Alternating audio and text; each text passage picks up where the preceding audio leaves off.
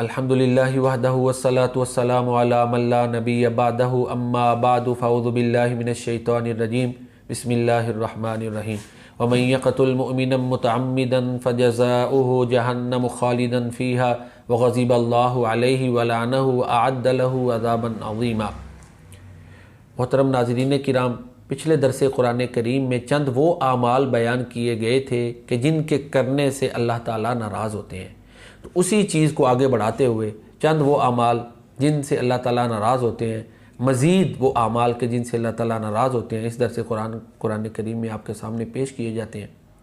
کسی مسلمان کو ناحق قتل کرنا، سورۃ النساء کی آیت نمبر 93 ہے کہ جو کوئی کسی ایماندار کو جان بوجھ کر قتل کر دے اس کا ٹھکانہ جہنم ہے اور وہ وہاں ہمیشہ رہے گا۔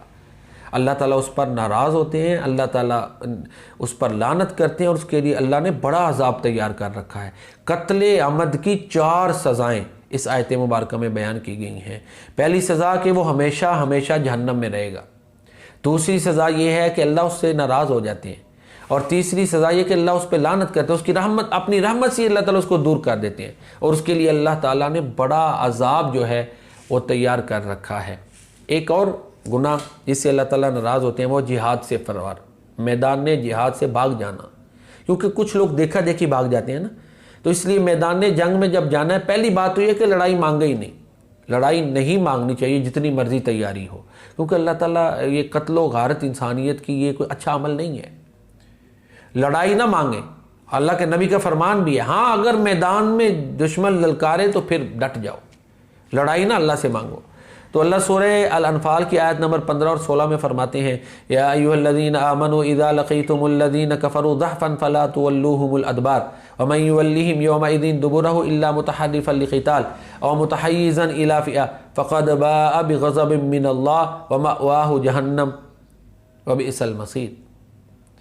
اے ایمان والو، جب تمہارا کفار کے سامنے آمنا سامنا ہو جائے تو پھر تم ان کو پیٹھ مت پھیرنا، جو اس دن ان کو پیٹھ پھیر کر بھاگ جائے گا وہ اللہ کے غضب کے ساتھ لوٹے گا، اس کا ٹھکانہ جہنم ہے۔ ہاں جنگی چال کے طور پر اگر کوئی جگہ خالی کرتا ہے، میدان چھوڑتا ہے تو اور بات ہے۔ اور پھر اللہ فرماتے ہیں ایسا کرنے والے جو میدان جنگ سے بھاگ جاتے ہیں، جنگی چال کے طور پر نہیں ایسا کرتے بلکہ ویسے بھاگتے ہیں ڈر کی وجہ سے، ان کا ٹھکانہ جہنم ہے، اور وہ بہت ہی برا ٹھکانہ ہے۔ یعنی میدان جنگ سے فرار یہ ایک بہت بڑا المناک گناہ ہے۔ اور اسی طرح مسلمانوں کو یہ بھی چاہیے کہ جن لوگوں میں یہ خامیاں ہیں ان سے بچیں، جن پر اللہ کا غصہ نازل ہوتا ہے نا، ان کو دوست مت بنائیں، نیک لوگوں کی معیت میں رہیں، نیک لوگوں کے ساتھ جو ہے نا وہ دوستی کریں، کیونکہ یہ جو دوستی ہوتی ہے نا صحبت، اس کے اثرات ہوتے ہیں۔ اللہ تعالیٰ قرآن کریم میں فرماتے ہیں لا تتولوا قوما غضب اللہ علیہم قد یئسوا من الآخرہ، جن پر اللہ غضبناک ہو ان کو تم دوست مت بناؤ۔ اور سورہ مجادلہ میں تو اس بارے میں بڑی وعیدیں اللہ تعالیٰ نے اتاری ہیں۔ ہاں ایک اور چیز جس سے اللہ تعالیٰ ناراض ہوتے ہیں وہ یہ ہے کہ من لم يدع اللہ غضب اللہ علیہ، جو اللہ سے دعا نہیں کرتا اللہ اس سے بھی ناراض ہوتے ہیں۔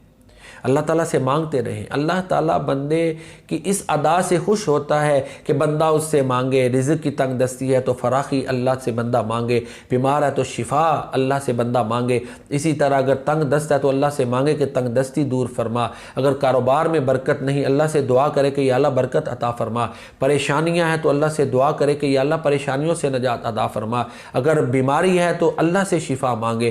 جیسے آج کل وبا ہے تو ان حالات میں اللہ سے مانگیں کہ یا اللہ ہمیں اس آفت سے، اس وائرس سے، اس وبا سے محفوظ فرما۔ تو بندہ اللہ سے مانگتا ہے، کوئی بھی چیز مانگتا ہے تو اللہ راضی ہوتے ہیں۔ جب بندہ اللہ سے مانگتا نہیں تو اللہ تعالیٰ ناراض ہوتے ہیں۔ اللہ کے نبی کا فرمان ہے کہ جو اللہ سے دعا نہیں کرتا اللہ تعالیٰ اس سے ناراض ہوتے ہیں۔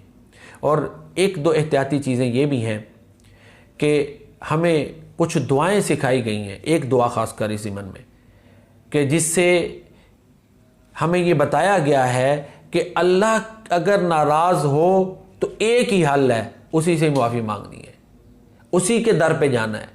پیارے نبی کریم صلی اللہ علیہ وآلہ وسلم سجدے میں، نفلی نماز کے سجدے میں یہ دعا پڑھتے تھے، اور وطر میں بھی آپ نے وطر کے آخر میں یہ دعا پڑھی، اللہم انا نعوذ برضاک من سخطک اللہم انی اعوذ برضاک من سخطک، اے اللہ تیرے غصے سے میں تیری رضا کے ساتھ تیری پناہ میں آتا ہوں، تیری پکڑ سے تیری معافات کے ساتھ تیری پناہ میں آتا ہوں، واعوذ برضاک من واعوذ بمعافاتک من عقوبتک واعوذ بک منک، یا اللہ اگر تو ناراض ہے تو پھر بھی میں تیرے ہی در پہ آتا ہوں، تو ناراض ہے تو میں نے تیرے ہی آگے جھکنا ہے کہ تو مجھے معاف کر دے، لا احصی ثناء علیک انت کما اثنیت علی نفسک۔ تو اللہ سے دعا بھی کریں، ساتھ یہ جو چند اعمال بیان ہوئے، شرک ہو گیا، نفاق ہو گیا، جان بوجھ کر کسی کو قتل کرنا ہو گیا، اہل حق کو قتل کرنا، یہ وہ اعمال ہیں جن کی وجہ سے اللہ تعالیٰ غضبناک ہوتے ہیں۔ اللہ تعالیٰ کی ناشکری کرنا، اسلامی حدود و قیود کو پھلانگ جانا، ان کی پرواہ نہ کرنا، جہاد سے فرار حاصل کرنا، اللہ تعالیٰ سے نہ مانگنا، ان لوگوں کو دوست بنانا کہ جن پر اللہ کا غضب نازل ہوتا ہے، نیک لوگوں کو چھوڑ کے برے لوگوں کی دوستی اپنانا، یہ وہ خامیاں ہیں جن کی وجہ سے اللہ تعالیٰ ناراض ہوتے ہیں۔ لیکن اللہ کی رحمت اس کے غصے پہ غالب ہے۔